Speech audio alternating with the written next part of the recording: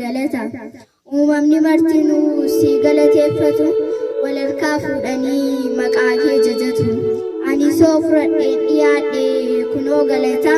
oolmaati nuuf gootetu nurratti baay'ata jiraachuu keenyaa fi wabii nuuf darbitee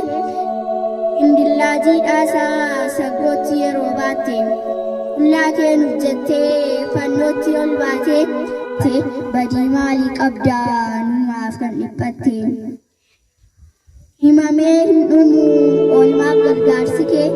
galanni dattaadhaan haa marsu teessoo kee utuu ati nu waamne silaa bannee hamna iddoo kanas hin jirru akkamitti arganna amma garuu carraa sarganneerra karaa kee arganne nu daandii fayyina karaa kee arganne nu daandii fayyina warqeef meetiin qabdu ati hin qabnu ati sin barbaaddu galata cubbamaa oonuuf kaafradhu hin galateeffamta ati bara kamittu kan akka kee jiru sitti sin dhalatu waaqni akka keetii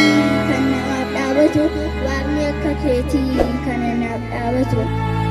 namatti siquudhaan bakka dhibee ofii kan nama gaafatu dhala namaaf dhala koo maal taate ansiif jira jechuun kan nama rarfatu si malee hin jiru maqaan kee haa ulfaatu si malee hin jiru maqaan kee haa ulfaatu abbaa michuu irra hin caaltaati kanaafuu si faarsaa ulfaadhu ati barbaadee tan dhabee garraamii akka keetii barri jireenya kee daangaa kan hin qabne mootii guddaadha ati qixxee kan hin qabne hedduun siin jiraanne guyyaa har'aa arganne malee akka diinaatii fi yoom carraa arganne ani itti yaadee waa'ee oolmaa keetii wanti gitu hin jiru fudhu galataati wanti gitu hin jiru